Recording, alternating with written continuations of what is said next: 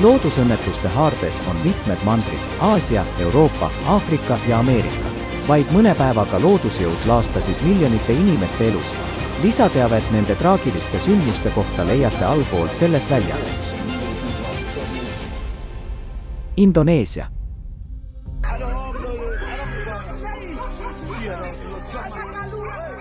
Pikaajalised vihmasajud, mis algasid 25. novembril, muutsid Sumatra saare üheks enim laastatud katastroofipaigaks aastakümnete jooksul. Aceh, Põhja- ja Lääne-Sumatra provintsidest sai kannatada üle 3 miljoni inimese. 570 000 inimest olid sunnitud oma kodudest lahkuma.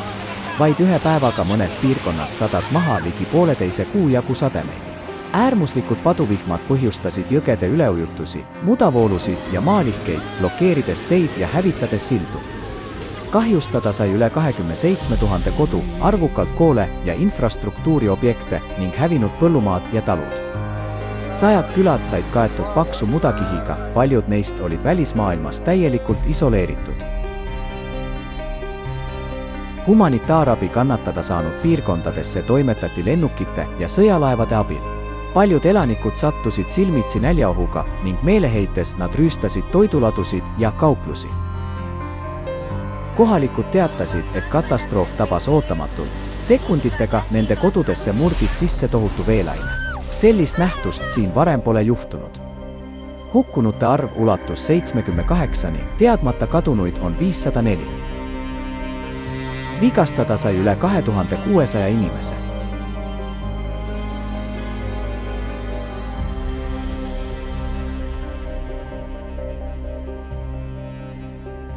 Selle katastroofi põhjuseks sai troopiline tsüklon Senjar, nähtus, mis on Sumatra jaoks peaaegu ennekuulmatu. Saar asub ekvaatori lähedal, kus tsükloneid ei teki, siin maa pöörlemine on tormitekkeks liiga nõrk. Kuni viimase ajani oli teada vaid üks selline sündmus, tsüklon Vamei aastal 2001. Seda peeti sündmuseks, mis saaks korduda vaid sadade aastate möödudes. Seepärast tuli troopiline tsüklon Senjar ekspertidele ja kohalikele elanikele täieliku üllatusena.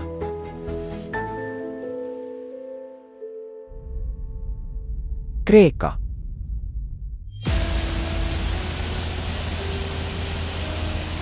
Alates 26. novembrist Kreekat 4 järgneva päeva jooksul räsis tormadel. Tormi epitsentris olid Soomerka mägine piirkond, kus novembris jooksul ligi 2/3 aastasest sademete hulgast. Torm, mis lisas 4 päevaga üle 200 mm juurde, vaid dramaatiliselt halvendas olukorda piirkonnas. Soomerkas toimus vähemalt 6 suurt maalihe. Eriti rängalt sai kannatada Epeirose piirkonnas asuv Agnanda küla, kus mitu maja rippusid sõna otseses mõttes õhus.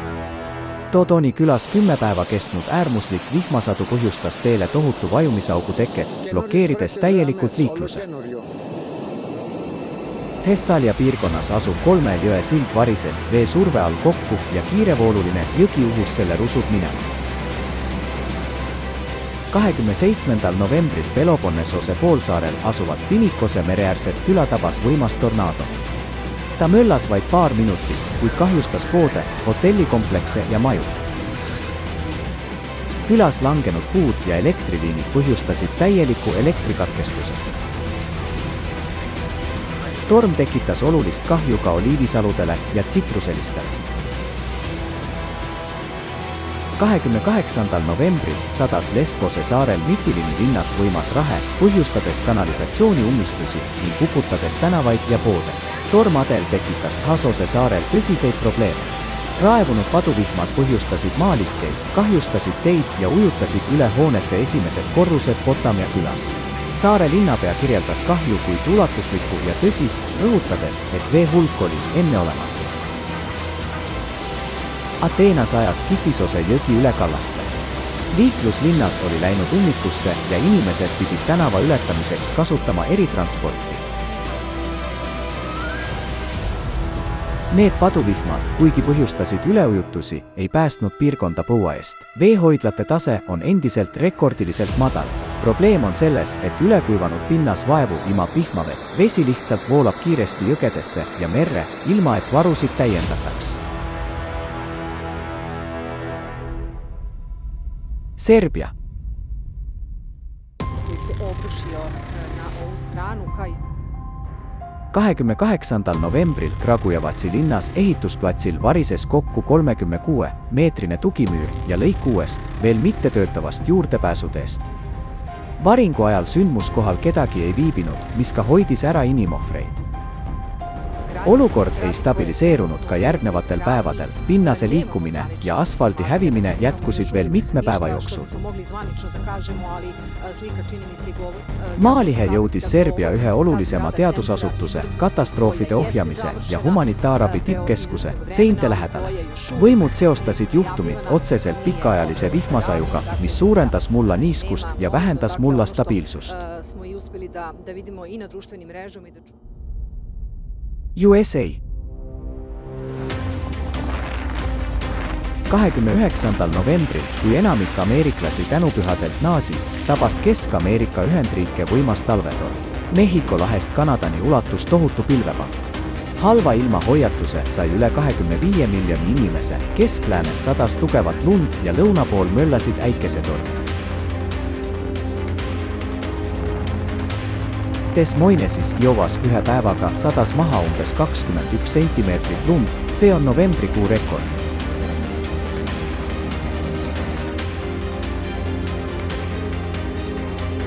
Lennujaamas toimus intsident, Delta Airlinesi lennuk raja jäätumise tõttu pöörde ajal libises rajalt välja. Lennujaama pidi mitmeks tunniks sulgema ja reisijad olid sunnitud sel ajal salongi jääma. Indianas trassil I-70 samaaegselt põrkasid kokku 45 autot, mis täielikult peatas liikluse. Illinoisis koolibuss kaldus teelt välja ja põrkas vastu elektriposti, mille tagajärjel üks laps viidi haiglasse. 30. novembri hommikuks lumesadu mitmes osariigis oli purustanud uusi rekordeid, mõnes kohas sadas maha kuni 38 sentimeetri lund. Torm halvas lennuliikluse üle kogu riigi, oli tühistatud üle 2700 lennu. Enamik neist tühistamistest toimus Chicago lennujaamades pärast seda, kui torm vallandas linnas ootamatu lumetormi, mis vähendas nähtavust minutitega peaaegu nullini.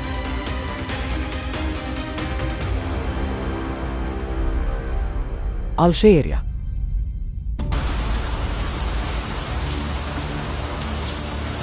Novembri lõpus Alžeeria põhjaprovintse tabas ebatavaline lumesadu, mis algas 27. novembri varahommikul, eriti nendes piirkondades, mis on üle 1000 meetri merepinnast kõrgemal. Kõige rängemalt saju tabas 6 provintsi, kus tekkisid tõsised transpordikatkestused. Mägistes piirkondades oli osaliselt suletud üle 16 riikliku ja provintside vahelise maantee. Porti Pou-Arrer Idi provintsis teed olid kohati kaetud 20 sentimeetrise lumekihiga, mis muutis liikluse praktiliselt võimatuks. Ja kõik see on vaatamata asjaolule, et siin keskmiselt lund sajab iga 5 aasta tagant. Diafras päästeti 13 lumelõksu jäänud inimest.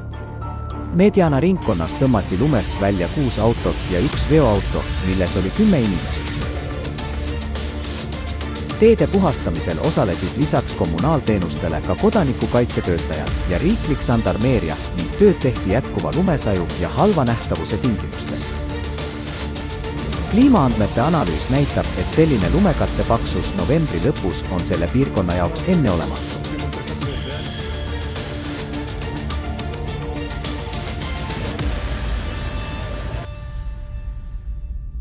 Tahiti saar.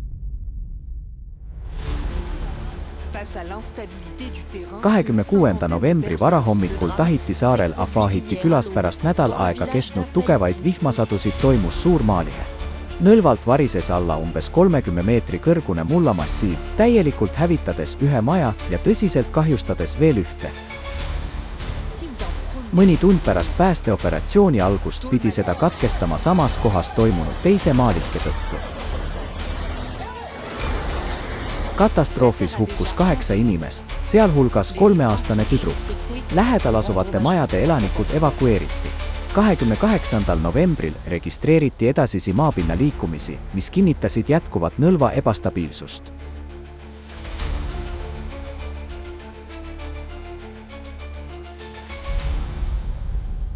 Sri Lanka.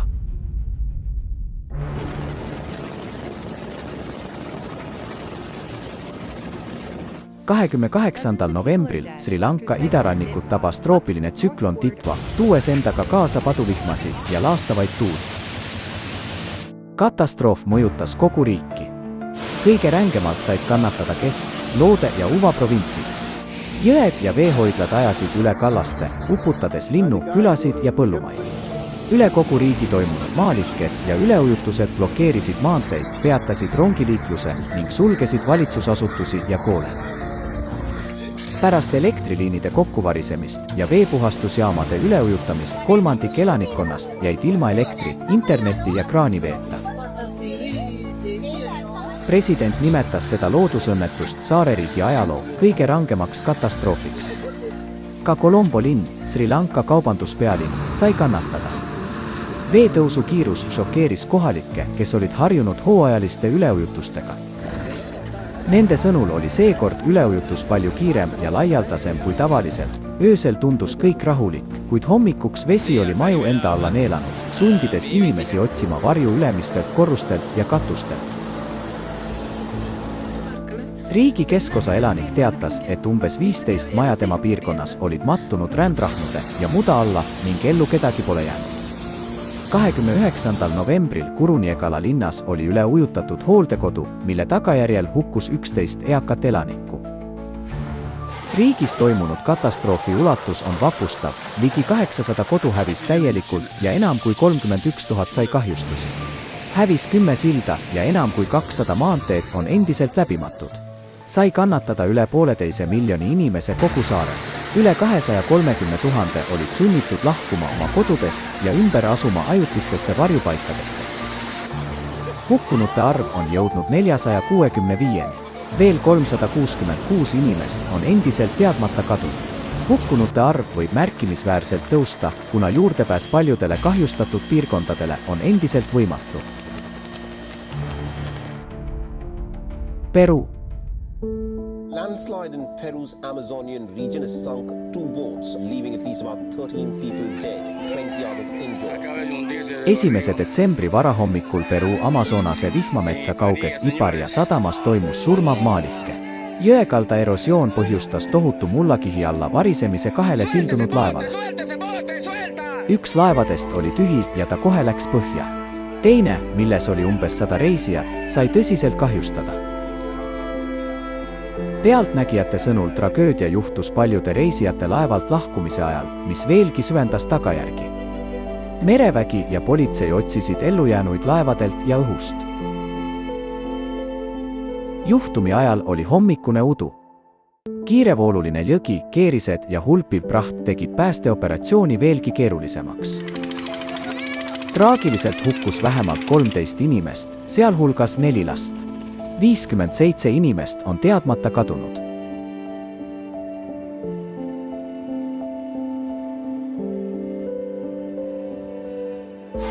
Esmapilgul kõik need sündmused erinevates riikides, eri mandritel tunduvad olevat eraldiseisvate tragöödiatena, kuid kui lähemalt vaadata, neil on üks ühine joon. Vesi, üleküllastunud pinnas ja maapinna ebastabiilsus käivitavad üha enam sama hävitava mehhanismi, maalihkeid. See nähtus pole meedias populaarne teema, erinevalt maavärinatest või orkaanidest. Kuid maalihked on üha enam muutumas ilmastikukatastroofide ahela viimaseks lüliks. Need tabavad inimesi ootamatult, need loodusõnnetused matavad teid, hooneid ja terveid kogukondi mullakihtide alla. Kõige hullem on aga see, et 100, mõnikord 1000 inimesed igaveseks jäävad tonnide viisi mulla alla lõksu. Viimastel aastatel on statistika muutunud eriti murettekitavaks. 2025. aasta augusti lõpuks oli surmaga lõppenud maalihkete arv oluliselt ületanud pikaajalisi keskmisi näitajaid ja lähenes 2024. aasta rekordtasemele. Tol ajal registreeriti 766 maalihket, mis nõudsid ligi 5000 inimese elu. Tänapäeval maalihkeid üha vähem peetakse haruldaseks looduslikuks anomaaliaks. Ja üha enam peetakse neid loomuslikuks tagajärjeks. Maalihkete peamised loomulikud käivitajad on ebanormaalsed sademed ja maavärinad, mis eksponentsiaalselt suurenevad. See tähendab, et maalihkete sagenemine muutub peagi laviinilaadseks ja nende geograafiline levik laieneb märkimisväärselt. Paradoksaalne on ka see, et enamik eksperte mõistab ja jälgib seda, kuid nad lihtsalt peavad statistikat. Selleks, et päästa tohutu hulk elusid, mida kiiresti eskaleeruvad loodusõnnetused võivad nõuda, tuleb probleemiga tegeleda terviklikult. Üha rohkem inimesi tunnistab seda ja tegutseb, nad esitavad teadlastele küsimusi, pöörduvad ametivõimude poole, aitavad korraldada abi katastroofi-ohvritele ja pööravad tähelepanu sellele, kui hästi on teenused hädaolukordadeks ette valmistatud. Kui ametivõimud näevad, et inimesed on probleemist aktiivselt huvitatud ja nõuavad oma elu kaitset, lõpetavad nad tegevusetuse ja hakkavad lahendusi otsima. Idee on lihtne, igaühe aktiivne osalemine oluliselt muudab olukorda.